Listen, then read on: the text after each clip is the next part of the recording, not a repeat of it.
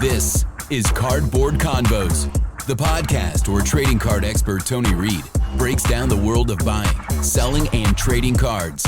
Whether you're new to the hobby or chasing the next big pool, Tony's got the insights to help you level up your collection. Welcome to another episode of Cardboard Convos. My name is Chad Evans, alongside my BFF, my brother from another mother, Tony Reed. Good to see you, pal. How's it going? I'm very well. How's the biz? It's great. It's fantastic. It's fantastic. And we have an incredibly special, we're going to jump right into it. I'm excited to jump right into it. We have an incredibly special episode today.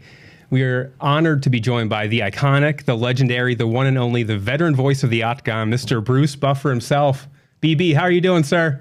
I'm doing great. I'm doing great, Tony. Hi, Chad. How are you? How you both doing? I'm honored to be on the show, and thanks for the introduction. My head's getting a little big here.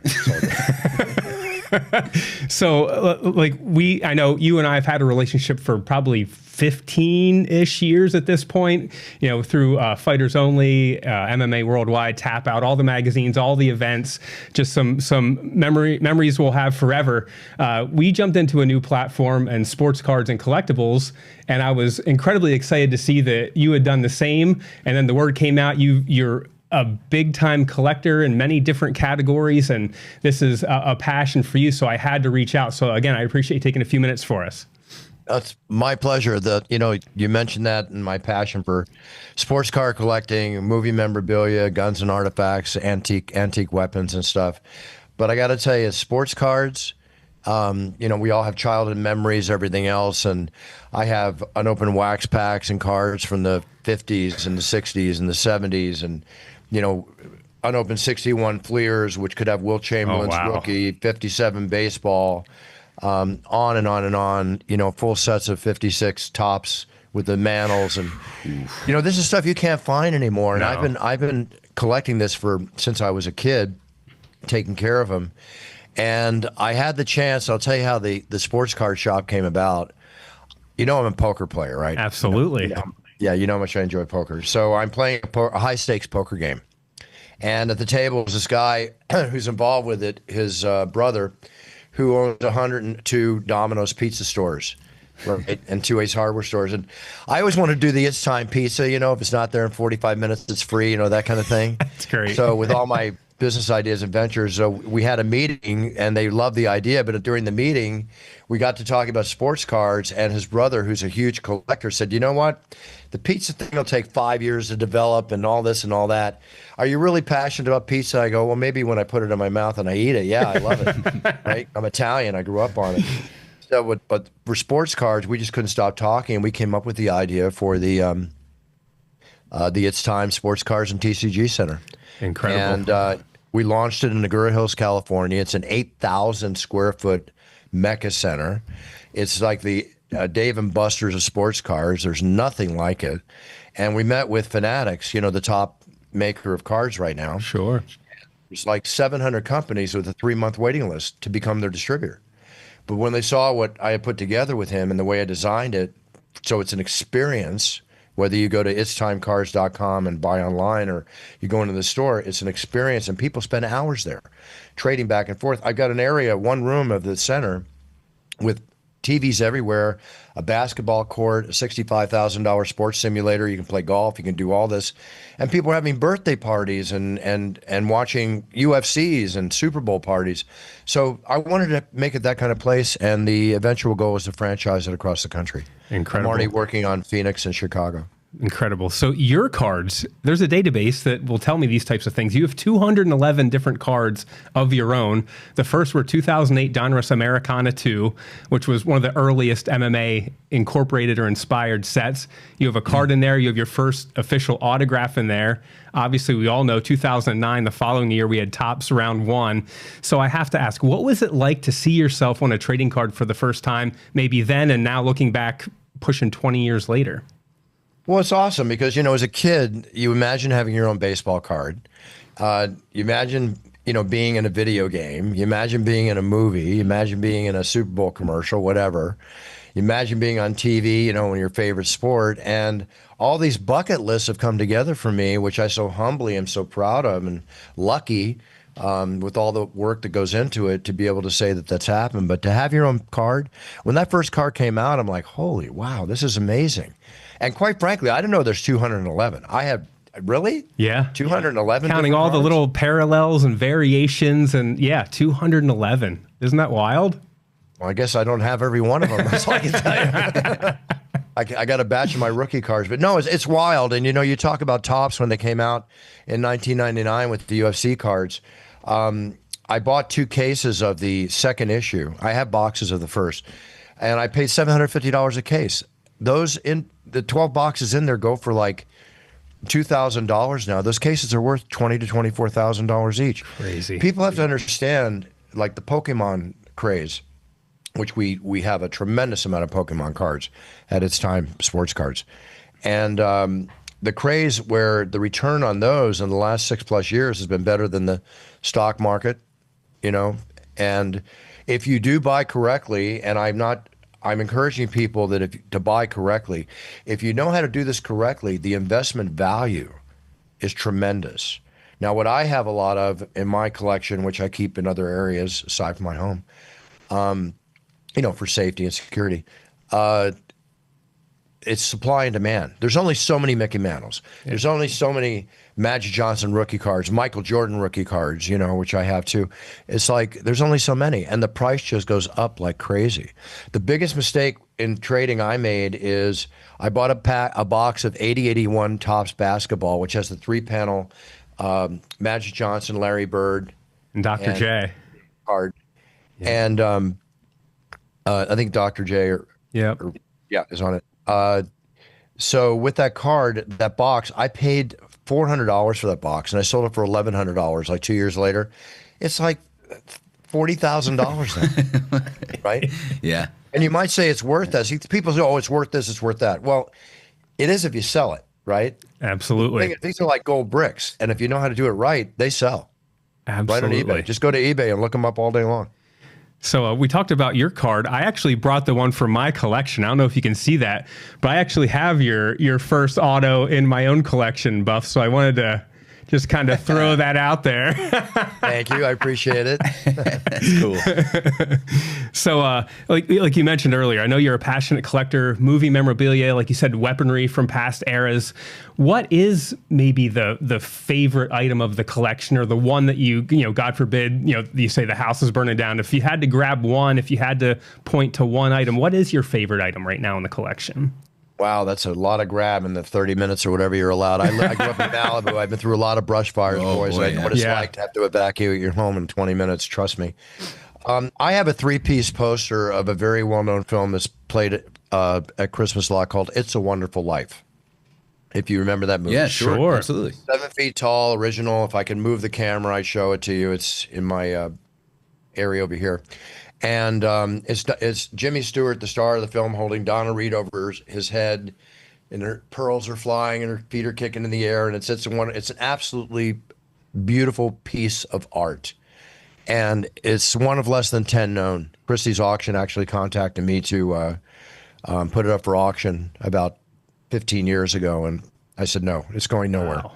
I always said if I was homeless, I'd be on the sidewalk with a backpack and this 7-foot thing and this plexiglass case underneath my right arm. Spoken like a true collector. I feel that way about a few cards in my collection too. So like we touched on a tad. So with your legendary Octagon career, all of your great business ventures, which we'll get to, you mentioned you have things off site and out of your home. Do you have, we're in your office, we can see your office. Do you have a quote unquote man cave anywhere? Is a lot of the stuff in storage? Is it displayed throughout your home, or where are the key pieces of the collection? Well, I do, of course, display stuff in my home, as we all do. I have other areas, that are very secure outside of my home. And man cave, yeah, I do have a man cave. It's a collector's room. And of course, in the center of that room is a poker table. Of course. There you go. Absolutely. And it's full of, the movie art and the sports collectibles and stuff. It's a definite, lots of my UFC over the years, key things that I've managed to put away and take care of. And a lot of the products I made, managing my incredible brother, legendary Michael Buffer, known for his "Let's get ready to rumble" phrase. We all know the story about how we don't all know it, but you know how he and I met, and I've managed his career for over 30 years, and all the toys and, you know, things that we've created with that brand, along with the toys that have its time, which has become very popular. I'm so proud to say, you know, so all my work over the last 35 years. And you're such a key piece of not only UFC history, but just combat sports history. I can't imagine some of the items you have that you've kind of stored away and kind of tucked away over the years. Is there maybe one UFC item that's kind of near and dear for whatever reason? Yeah, it's actually up at It's Time Sports Cards. I have the tuxedo that I was in at UFC 100 when I did the 360, when I jumped up into the 360 in front of Brock Lesnar, thanks to being egged on by the internet, thanks to Joe Rogan, you know, saying you can do a 90, you can do a 45, what else can you do? And, you know, being a martial artist and being able to do every kick in the book, you know, I jumped up and spun 360 degrees, and I said, I can do a 360. He goes, really? I go, yeah. And I jumped up and spun around, and then all of a sudden it's like, well, when are you going to do that? Right? So I said, okay, if I do it, I'll do it at UFC 100, and I kept everybody on the internet and Joe wondering when it was going to happen for about 6 months. And then I held off and waited all the way to the end of the show because I knew Joe was going to be like, he's not going to do it. He's not going to do it. And then I did it, you know? So I have that suit, that tuxedo, along with all the cards, the program, the credentials, everything. We made a special case that costs like $3,000 to $4,000 with red velvet in the back. And it's all displayed right there. And that's a very, very, very cool item. Absolutely. I know O'Day had said that he would see that being a six-figure piece if it ever went to auction. But I guess the thought was maybe if there is a physical UFC Hall of Fame, maybe to donate it for, you know, obviously the larger population to enjoy. You know, it's something I enjoy. If other people find some enjoyment in it, so be it. I'm very humble about everything, guys, whatever the case might be. You know, it's like I always say, the show's not about me, but if you want to see it, there it is. That's great. Doing that 360 in a tuxedo. I don't know, Buff. That's very James Bond-like. Didn't we all want to be like that when we were kids? Absolutely. I still want to be James Bond. He's the greatest. So we talked. Wait, Tony, you know, you got the 007 Fighters Only cover. You got me, you know. That's true. That's history right there. That's absolutely true. And kissing models or whatever you put on. When you came out and you put that on the bottom, I'm like, oh my God. That's right. And you know the girl that's on the cover of that? Yeah. She used to date Hulk Hogan's son. Nick, And now okay. She's on a very popular show called Selling Sunset. Okay. She's like one of the real. It's amazing how people go through their transition. It is amazing how things like that work out. Yeah, Chad, for sure. No, I just, you know, how did you ever imagine, Buff, like in your wildest dreams, you know, take yourself back to 10 years old and being like, would you ever imagine you being in this position that you're in? You're very successful. You're doing a lot of great things. And was this a childhood dream to reach this kind of goal, Buff, or did you just take a certain lane and just go with it? I guess the best way to put it is this: when I was younger, I was enamored of actors like Errol Flynn, Okay, yeah, John Wayne, Steve McQueen, who became one of my good friends when my parents moved to Malibu when I was 15. I used to surf. Been a surfer my whole life. I used to surf in front of his house almost every day, and you know, spent a lot of time. He'd come out with a 6-pack of beer and tell us great stories, and had a lot of experiences with you know, the icon, Mr. Cool. I mean, those of you that know film. And I always I had a dream of becoming like an actor. yeah. And I studied improvisation. I studied acting and stuff. And then I started my first company when I was 18. I was in telemarketing, and I had a lot of actors. I got in the business then, and then I started my first company at 19, excuse me.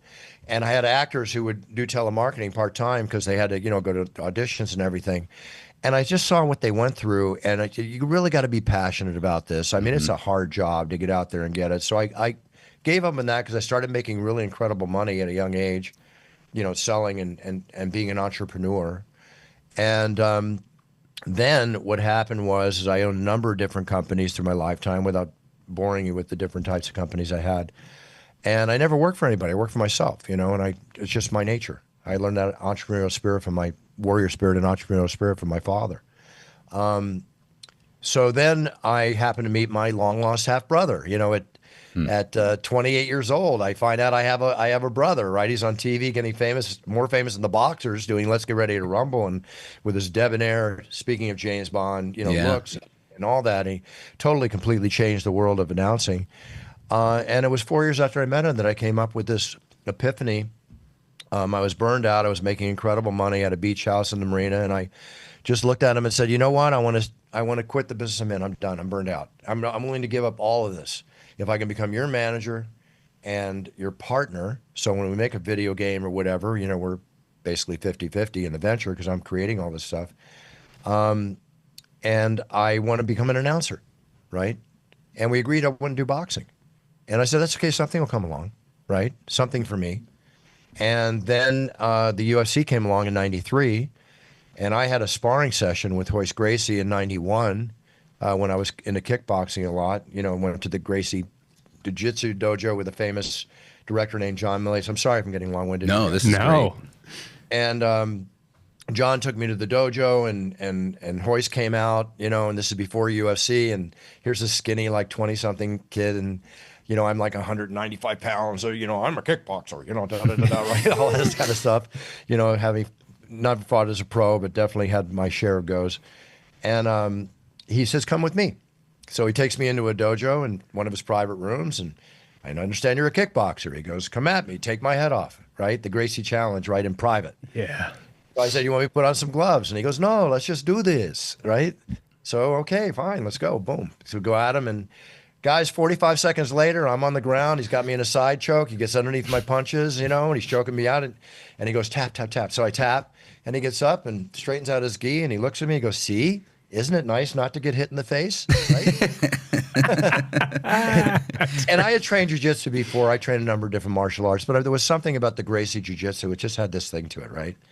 And then when he came out in 93 with his arms on the back of his brothers or his family members, I looked at the people I was watching, my family, who I'm watching the show with, and there's all these behemoths in this thing. And I go, look, that little sitting kid right there, he's going to beat everybody. Watch, right? And we all know what happened. Yeah. And I realized that's the sport. That was the sport that was for me. And so at that point, I got Michael to announce 5-6 and Ultimate. He couldn't do it anymore because we had a big contract with wrestling, and they weren't too happy he was doing that. Yada, yada, yada. And it took me a year and a half to talk my way into it. And I knew from day one, that it was going to become one of the biggest things in sports. It was a spectacle. It needed to get, more refined to become a sport. I knew this was all going to take place, and I just believed in it and stuck with it through the Roach Coach motels, the low times, the down times, until Dana White and the Fertittas took it over. And then I knew we had the chance to become everything I dreamed of, even more. And then when the Ultimate Fighter came out in the final bout in the first season between Stephen Bonner and Forrest Griffin happened, we made Spike TV, and Spike TV made us. It's really as simple as that. Absolutely. And the rest is history. Absolutely. And speaking of the sports card market, we know the UFC, with, like we talked about, Fanatics, with that arrangement and that agreement, UFC cards are back, and they're never going away. If you could collect any one, but only one, UFC fighters cards, who would you be collecting and why? I would say, some of the greats, the rookie cards of like George St. Pierre, Chuck Liddell, John Jones, right? Joe Rogan's rookie card from the first package release along with mine, which I've got a stack of mine. The greats from the originals, the first two releases, most definitely. Then you've got where Topps and Fanatics have come out with these autographed one-of-ones. I know there's a one-of-one of me out there that, Topps that would probably sell for 20, 30,000, 40,000. I'll believe it when I see it. But I have seen my signature cards, 1 of 10, 1 of 25, going for selling for $1,200, $1,500, $2,000 on eBay. But the major stars, again, the limited ones, the one of ones, whether it's Dana or any of those are key cards to get. And we know a lot of athletes, a lot of people in entertainment are now kind of on that collecting train, and they're collecting their own cards. Are you actively collecting your cards? Would you be interested if the one of one popped up to make an offer on that card? No, I'll let somebody go ahead and spend their hard-earned money on it and have a great time. I'm not going to spend $30,000 to have my own face. I got my own face all over the place here. It's all good. Somebody else Fantastic. enjoy it and make money off it. Fantastic. So I know we talked a little bit about the shop. Obviously, we'll add that to all the highlight reel and sizzle reel Chad will put together. I heard that you're in the process of franchising the shop. So I just want to let you know I'm interested. Let me know where I need to apply, sir. We're going to open an It's Time here in Pennsylvania, right?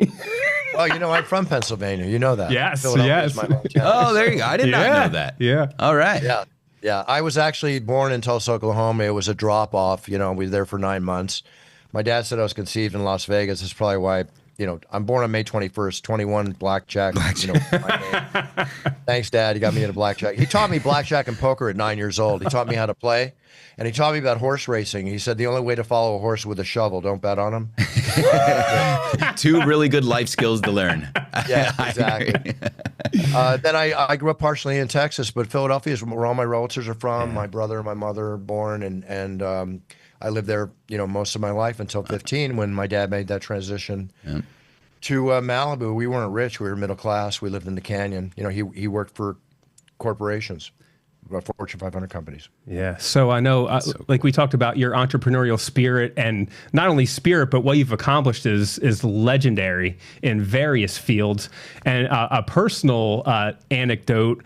Some people know this, some people don't. Bruce actually recorded the intro for Michelle and I's reception at our wedding. Say what? I didn't know that. Yeah, it got an amazing reaction. It was great for him to be a part of that. People were going crazy.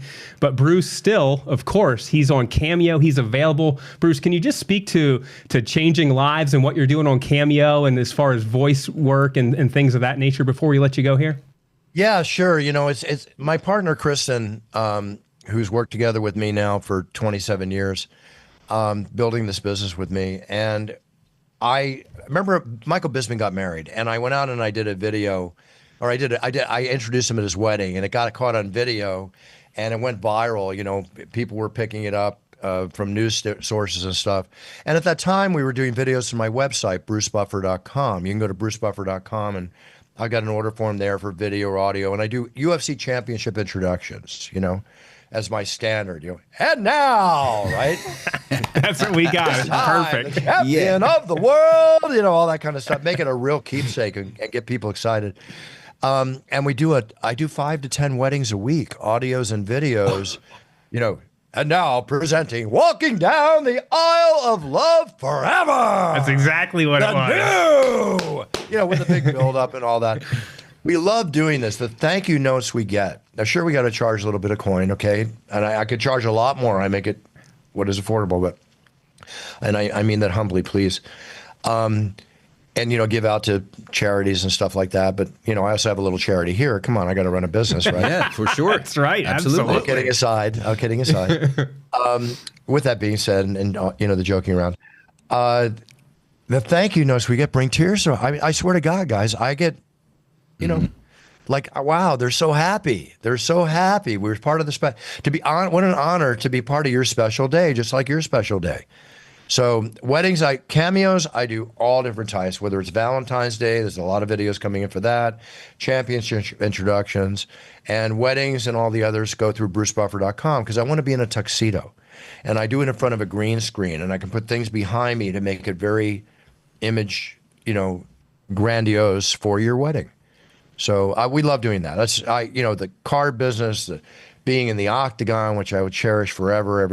Every night's my first night I walk in. I love it so much. Whistle while you work, boys. Enjoy what you do. Absolutely. And if you're making money, so be it, because that's your privilege. But if I can make people happy at the same time, then that's what we should do. Mr. Bruce Buffer, it's been a pleasure to catch up. It's been a little while, so thank you so much for the time. It's been amazing, and I'm definitely going to make it out your way sometime, and we'll definitely take a look at that shop and pick up some Topps Chrome or something while we're there. Yeah, well, if you do, let me know, and I'll try to make it out at the same time. But this is my part to shill. I've got to go to another meeting, so I think I'm just going to have to. Oh, there it is. Look at that bottle. Look at that thing. That is amazing. I just want the bottle. I just want to be able to carry that bottle around. This cologne is so cool. Yeah, the bottle's great. And I have a black one called That's awesome. Which is over here somewhere. But this was the top selling cologne on Amazon for a long time, when I first came out. And if you ever try Obsession by Calvin Klein. Yeah, sure. Okay. Well, this has a very subtle, like the vanilla. It's very sensual, and women love it. All I can tell you, boys, is that women love it, and the women actually, guys are telling me that their girlfriends actually wear it. So, That's This is awesome. one of my other little favorite things I came out with. Well, listen, Bruce. I mean, we're from Central Pennsylvania. In any way you can make us smell better, we are all in, my friend. It's time. It's time. It's time to smell better, boys. Bruce, again, thank you so much. It's been a pleasure, and let's catch up again soon, sir. Have a fantastic day. Anytime, Tony. It's been a long time knowing you, my friend, and I appreciate it. And thank you so much for being so kind to me. And Chad, pleasure to meet you. So, guys, have a great time. Great show, and thanks for talking about everything that I do or whatever. Thanks, Bruce. That's Well, awesome. it's not about me. It's about everybody being happy. So big cheers, no fears, much success, health, and happiness to everybody out there. Thank you, so sir. much, Chris. Have a wonderful day. Take care. Bruce Buffer. It's as big as it gets, Tony. Bruce Buffer, like I just said to you here in between takes, he's as big or bigger than any fighter the UFC's ever seen. He's that instrumental from almost, we're at UFC, we're pushing 300s now. He was there from almost single-digit UFC events, and he's been the voice, the first guy in the Octagon, the last guy he's been the guy for that long. I mean, honestly, he's as big as it gets. And the best part is he's a good, humble guy. He's an amazing You know? guy. Like he said, we've had a relationship for 15 plus years, and he's always been gracious, always been humble, always been giving of his time, always been willing to jump into whatever the hell I'm doing and be a part of it. So you love to I'm hear blessed that. to have people like that around too. So I don't take it for granted. But yeah, Thanks for your time, Bruce Buffer. We appreciate you very much. We got a box here. But we do. What In do we got? Bruce's honor, we're going to do the old, it's brand new. What the hell am I saying? The brand new 2025 Top Stadium Club UFC Go ahead. blaster box. I have to dig in here and see what we got. Chad will give you a couple packs. Anything worthwhile? Well, it's fun. It'll be fun. Okay. How about that? Let's pull a buffer. Yes. How fitting would that be? So let's dig some packs out of here. Look at this. All right, Chad. There, we don't need that anymore. Okay. 3 and 3. Let's 3 and go. 3. Let's go. What do we got here? Pack 1. Tom Aspinall in the back. There we go. Magomedov, Charles Oliveira, I got a Robert Whitaker. an Aspinall. Appears to be a. Oops, sorry, I'm doing this backwards. Aspinall green parallel, maybe. These aren't my lanes. Who do you got? Oh, Edson Barbosa. Yeah, I knew that. He's a borderline legend. Robert Whitaker, former champ. Let's go. Some other cats. Sean Strickland, one of the biggest lightning rods in the game. Oh, that's a really cool card. Alex Perez, Michael Chandler. Michael Chandler, also a guy I've interviewed and been around a number of times over the years. So cool to see him, and it's also cool to see those guys on cards now. Oh, you got a little Ray Wave. It looks like Chatty pulling the Ray Wave. Look at that. Oh, and a Dan Hooker. Yeah? I'm not going to tell your wife you got a hooker today. Well, that's another podcast altogether. I mean, so that's been the running joke in MMA for like a decade. Every time Dan Hooker's name comes up. I'm sure. That's neither here nor there. Oh, Chimaev. That's a nice card. Not a rookie or anything like that, but a cool card of a absolute stud. Ooh. A Mirab Dirish. Look at, is that a InstaVision? That's a pretty sweet, That's a nice looking card. somewhat rare. Not rare. I don't want to say rare. 101. Bantamweight. No, it is not It's a 101. That'd be cool, but it's not. So the bantamweight champ there. We got that. You got anything else in that pack? You want a top loader? Nah, I think we're good. Anything here? Yeah, I mean, it's fun. It is. It's a fun little $20 rip. I mean, it is what it is, right? There you go. Now you're going to put them up make on sure eBay. you recycle all this stuff. Yes. Find a home for all your garbage. Don't leave it laying around my shop. There you go. Cardboard Convos. Thanks so much for tuning in. Make sure you give it a like, a subscribe, a share, comment. Ask Tony some questions. We're going to try to answer those questions here on the podcast. And as for me, I'm Chad. And Tony, thanks for taking the time. Bruce Buffer, again, thank you so much for being on the podcast as well. This is Cardboard Convos. We'll see you next time.